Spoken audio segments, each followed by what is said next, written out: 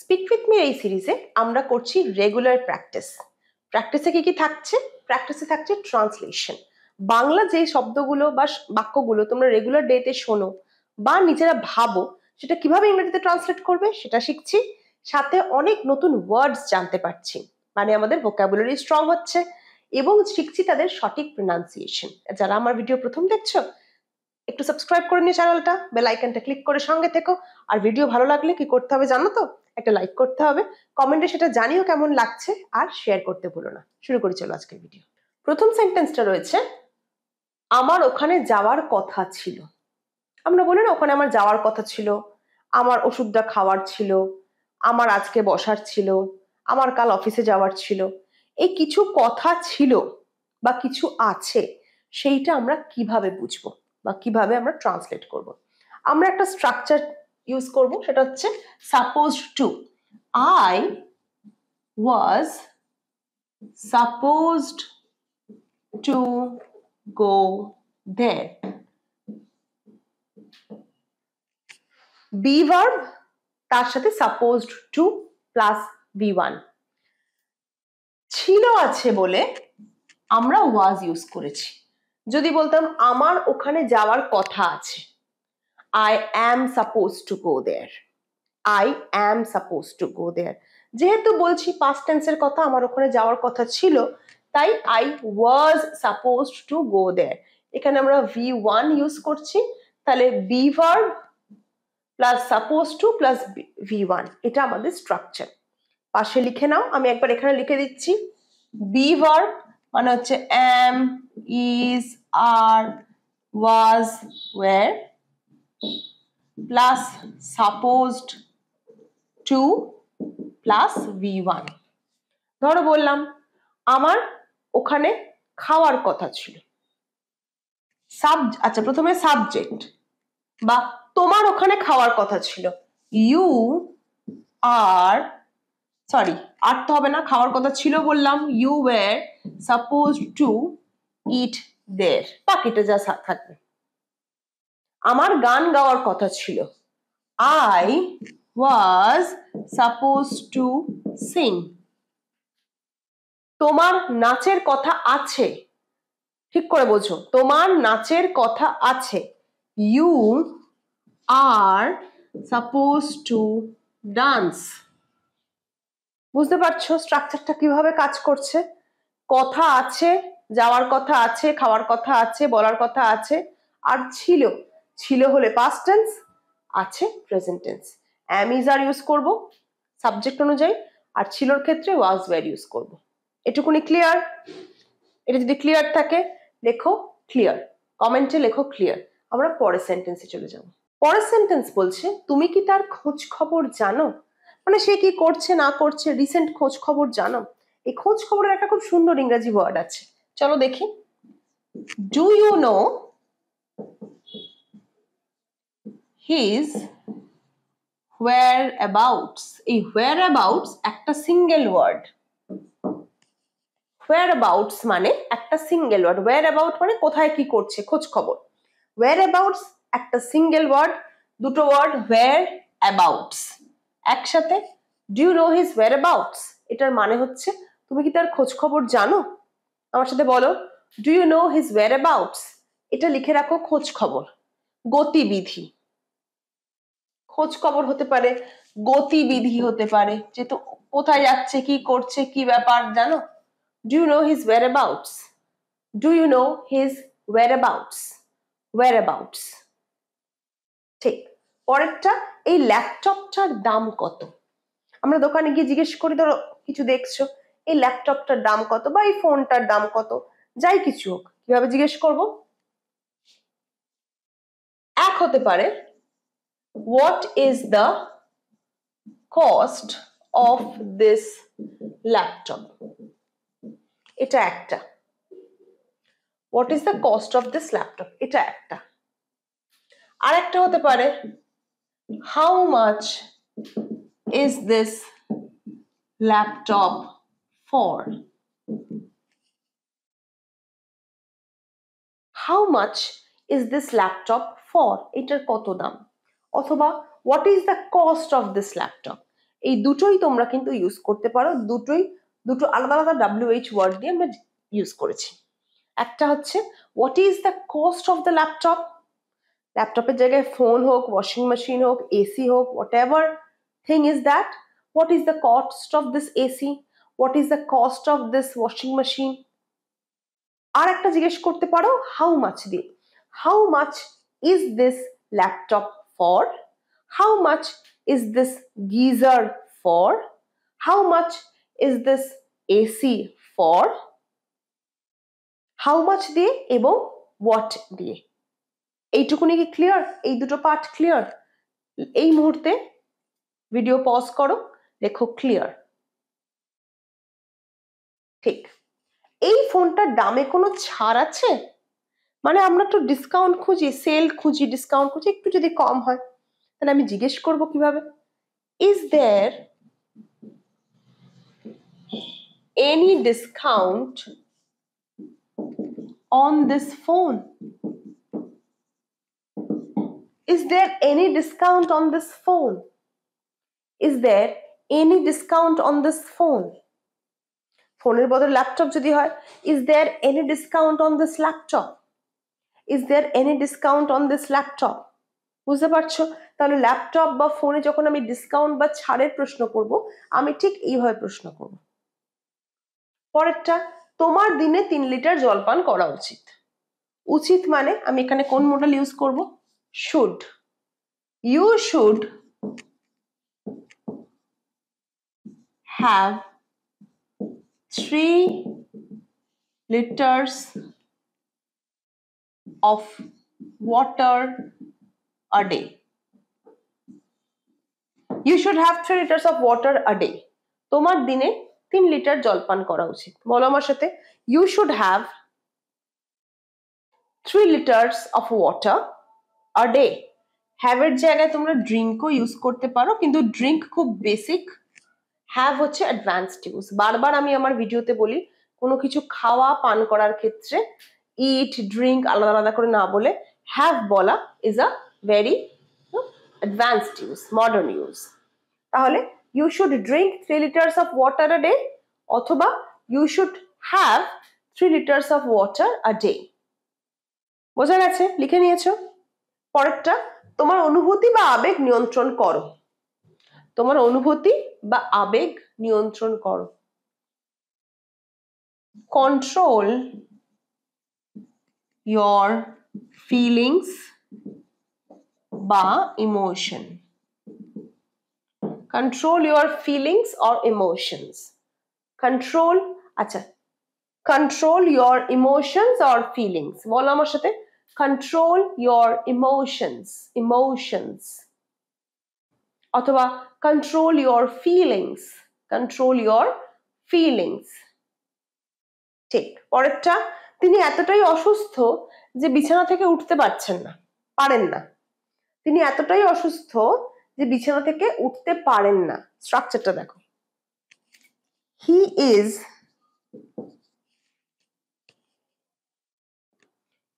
is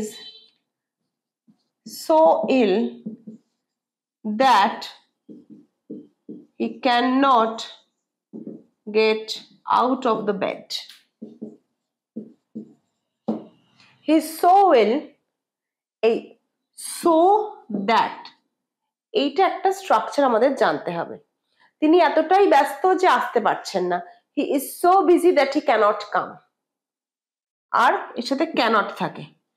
He is so ill that he cannot get out of the bed। তিনি এতটাই অসুস্থ যে বিছানা থেকে উঠতে পারেন না। বলো আমার সাথে একবার, He is so ill that he cannot get out of the bed। আরেকবার একসাথে, He is so ill that he cannot get out of the bed। ঠিক।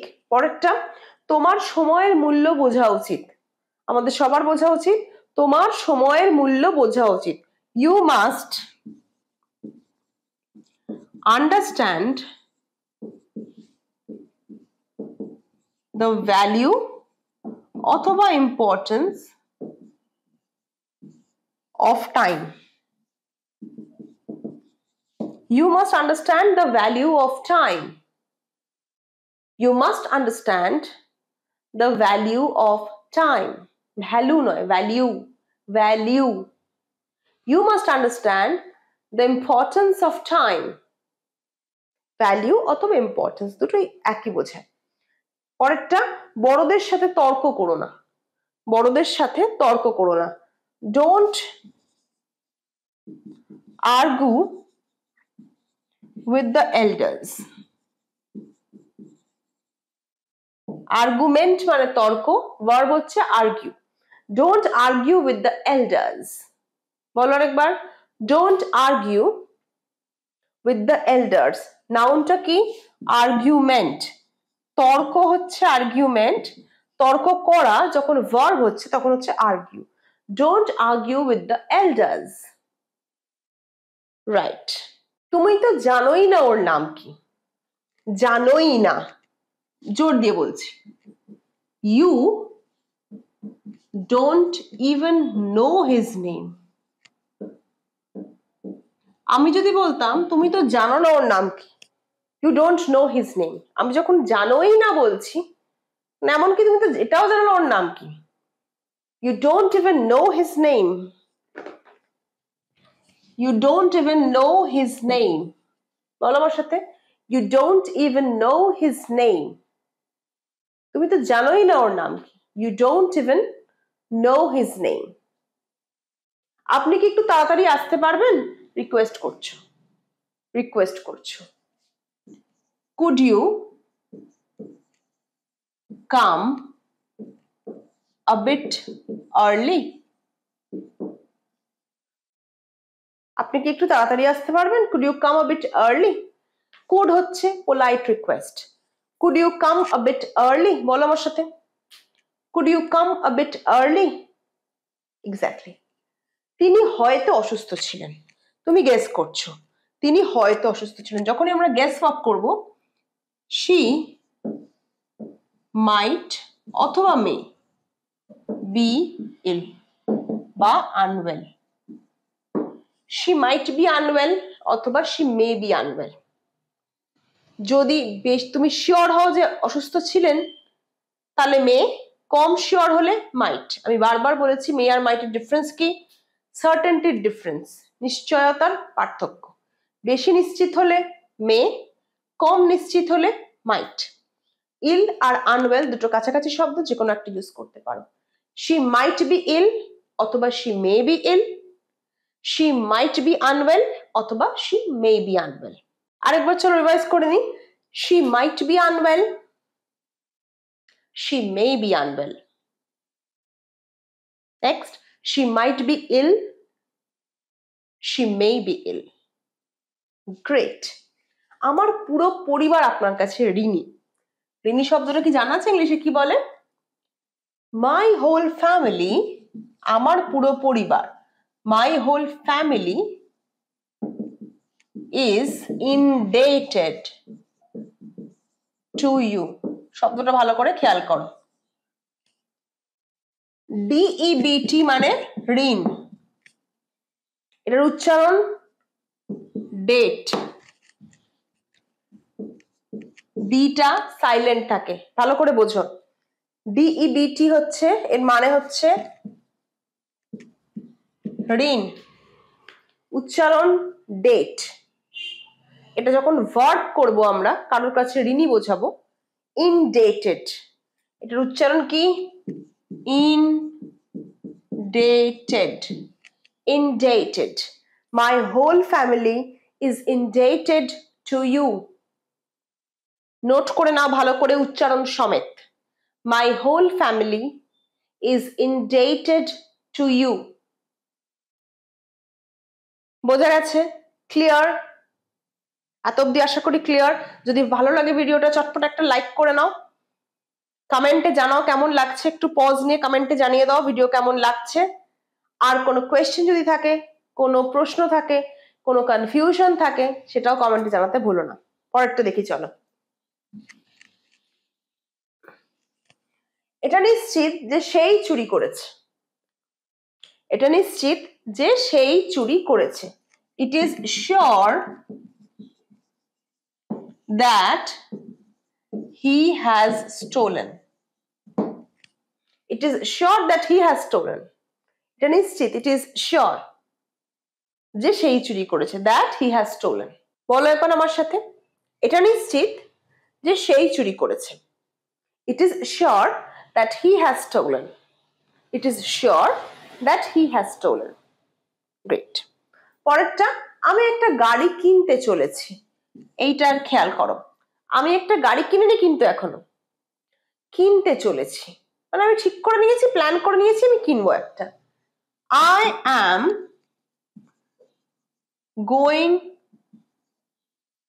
about to buy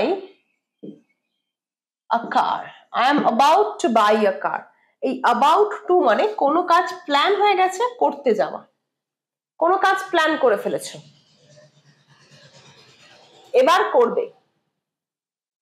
I am about to buy a car. আমি একটা বাড়ি কিনতে চলেছি। I am about to buy a house. আমি বাড়িটা বিক্রি করতে চলেছি। I am about to sell the house. কোনো কিছু প্ল্যান করেছো, কাজটা করবে বলে ভেবেছো, সেই ক্ষেত্রে আমরা about to ইউজ করব। বোঝা গেছে? নেক্সট, তোমরা কি আমার কথা বুঝতে পারোনি? তোমরা কি আমার কথা বুঝতে পারোনি? Haven't you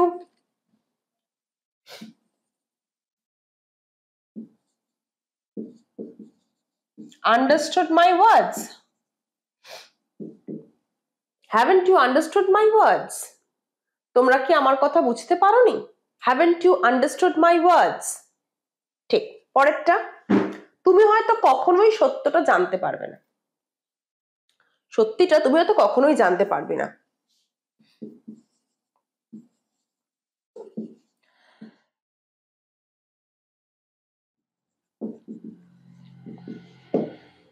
You may never know the truth.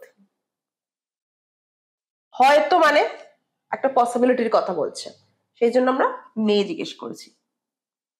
You may never know the truth. তুমি হয়তো কখনোই সত্যিটা জানতে পারবে না। You may never know the truth. Clear? আরেকবার বলি চলো। You may never know the truth. ঠিক। পরেরটা দেখো, আমি এখনো বইটা পড়িনি। আমি এখনো বইটা পড়িনি। এখনো। I have not read the book yet. I have not read the book yet. I have not read the book yet. তুমি কাজটা করতে পারলে না? নেগেটিভে প্রশ্ন করছি, তুমি কাজটা করতে পারলে না? Couldn't you